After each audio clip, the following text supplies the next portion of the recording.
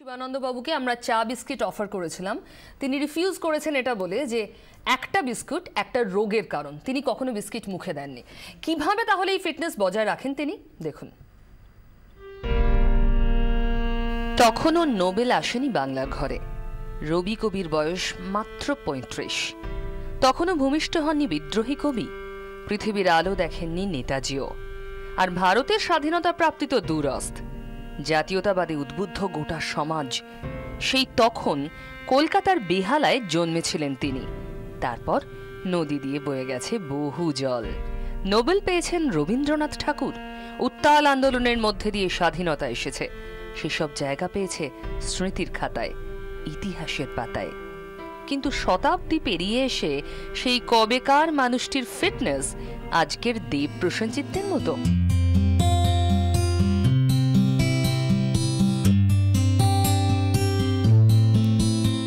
দেখুন, ভালো করে দেখুন। ১২০ বছরের একজন মানুষের পক্ষে কি এটা করা সম্ভব? সম্ভব, ভীষণভাবে সম্ভব। স্বামী শিবানন্দের মতো জীবনযাপনের সব সম্ভব।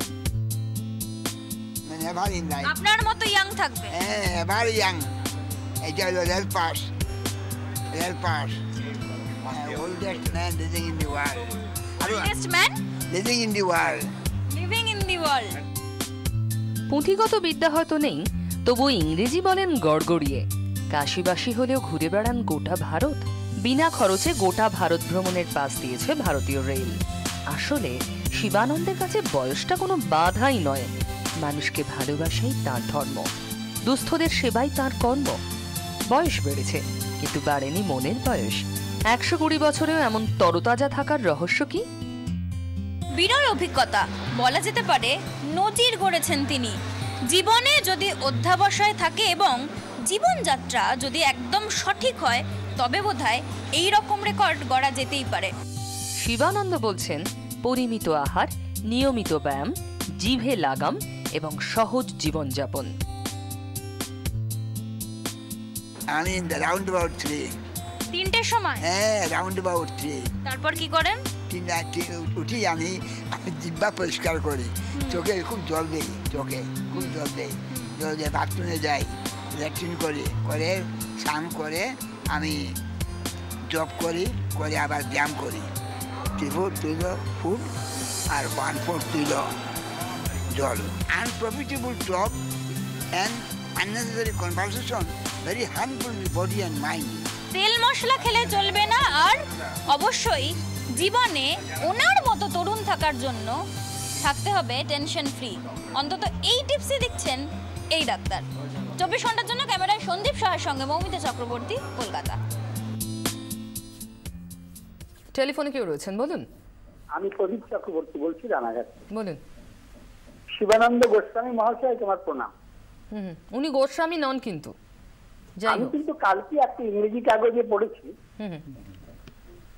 উনি গোস্বামী হতে পারে, হতে পারে, কিন্তু শিবানন্দ বাবু, আমি বললাম শিবানন্দ বাবু কোনো সারনেম ব্যবহার করেন না। প্রণাম জানালাম। বেশ, বলুন বলুন। যদি না হন তো ঠিক আছে। আমি কালকেই পড়েছি, আমি খুব কৌতূহলী ছিলাম। বলুন বলুন। এই জন্য আপনাদের প্রোগ্রাম দেখে আমি ফোন করলাম। মহাশয়, আমার প্রণাম নেবেন। আমার মায়ের বয়স ৯৪ বছর। মায়ের পাশে আছি, খালের অফিস। তবে আমি জেনেছি আমার দেশে ১৩৭ বছর পর্যন্ত একজন ব্যক্তি ছিলেন। আপনি তাকে পাস করে যান, তিনি পেনশন পেতেন। তো আপনি ১৩৭ বছর অতিক্রম করুন, আমরা খুশি হব। অনেক ধন্যবাদ, অনেক ধন্যবাদ। আমরাও চাই ওনার দীর্ঘ জীবন। আর কে রয়েছেন? না, যোগাযোগ বিচ্ছিন্ন হয়ে গিয়েছে। আমরা দেখলাম আপনি রীতিমতো যোগাভ্যাস করেন প্রত্যেক দিন। প্রত্যেক দিন যোগাসন। কোন কোন আসন করেন? কোন কোন আসন এরকম দীর্ঘায়ু দিতে সাহায্য করে? সর্বাঙ্গাসন। সর্বাঙ্গাসন মোস্ট ইম্পর্টেন্ট আসন। দিস আসন can lengthen your life. Sarvangasana. Thyroid গ্ল্যান্ডটা তার অ্যাক্টিভ থাকবে। যদি থাইরয়েড গ্ল্যান্ড অ্যাক্টিভ থাকে, he can enjoy longest life in the world. আচ্ছা, আপনি তো স্কুলে যাননি কখনো? এটা মেডিকেল সায়েন্স বলে। স্কুলে তো যাননি কখনো, তাহলে কি হয়েছে? হ্যাঁ, সেটাই বলছি, জানলেন কি করে? জানলাম সব আমার ভক্তরা সব ওয়েল কোয়ালিফাইড লোক। আচ্ছা। হাইলি কোয়ালিফাইড লোক, আচ্ছা তাদের মুখে সব শুনেছি। আচ্ছা, নিজের জীবনে যদি ইমপ্লিমেন্ট কেউ করেছেন। থাইরয়েড গ্ল্যান্ডটা অ্যাক্টিভ থাকে, he can enjoy longest life. কারণ থাইরয়েড গ্ল্যান্ড কেউই অ্যাক্টিভ না, আমার অ্যাক্টিভ। ডক্টর চ্যাটার্জি, থাইরয়েড গ্ল্যান্ডকে অ্যাক্টিভ রাখতে পারলে লংগেস্ট লাইফ সম্ভব?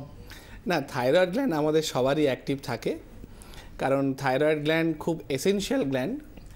না হলে থাইরয়েড গ্ল্যান্ড যদি না থাকতো তাহলে আমাদের হয় সাপ্লিমেন্ট নিতে হতো, এলট্রক্সিন জাতীয় যে সমস্ত ওষুধ মানে বহু মানুষ খায়, তাদের থাইরয়েড যদি হাইপার ফাংশন হয়ে যায় তখন খাওয়ানো হয়।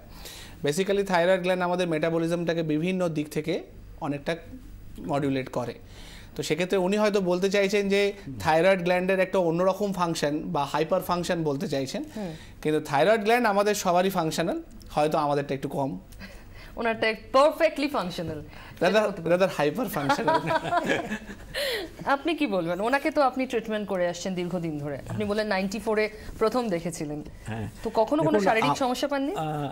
আমার তো ট্রিটমেন্ট করার কোনো সময় কোনো প্রয়োজনে হয়নি। আমি ওনার সংস্পর্শে এসেছি এবং ওনার কাছ থেকে আমি অন্তত লাইফস্টাইল বিষয়ে অনেক কিছু জানছি, কতখানি নিজে ফলো করতে পারছি। মানে আপনি বরং ওনার থেকে শিখছেন? শিখছি, এটাই আমি বলছি আর কি।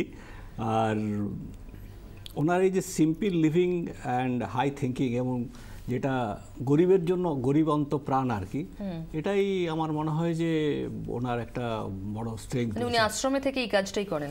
এই আশ্রম বিষয়ে আমার মনে হয় আরো দর্শকরাও জানতে চান। আশ্রম বলতে ওনার একটা 6 স্কয়ার ফিটের ফ্ল্যাট আছে।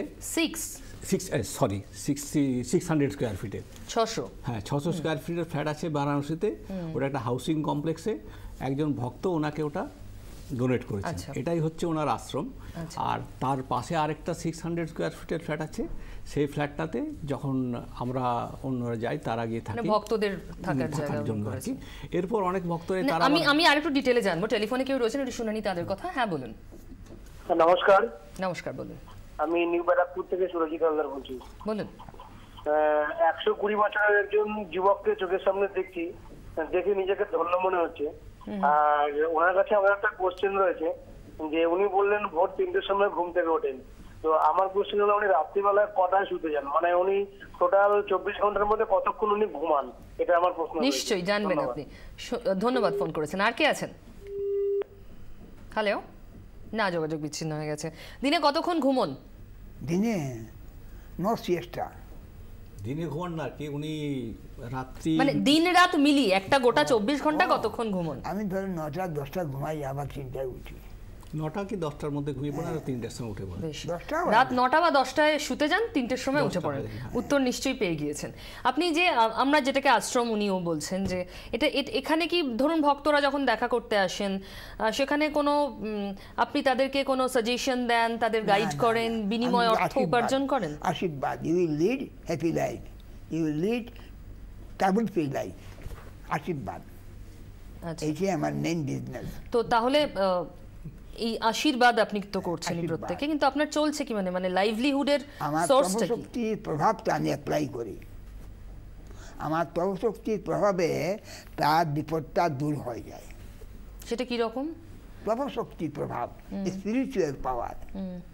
সেটা আপনি কি এই এত জব করেন তার মাধ্যমে অ্যাকোয়ার করেছেন? জব করি আমি 1 মিনিট বলি আর কি। তো ওনার কাছে বিভিন্ন মানুষ বিভিন্ন সমস্যা নিয়ে কথা বলেন, শারীরিক, মানসিক, আর্থিক, মানুষের সাংসারিক জীবনে মানুষের যা যা ধরনের সমস্যা সেগুলো নিয়েই যান। এবং উনি সবসময় বলেন আমি জব করব। এবং যেটা উনি কি বিনিময়ে পারিশ্রমিক নেন? না না না, কোনো পারিশ্রমিক নয়, কোনো পারিশ্রমিক, নো ডোনেশন।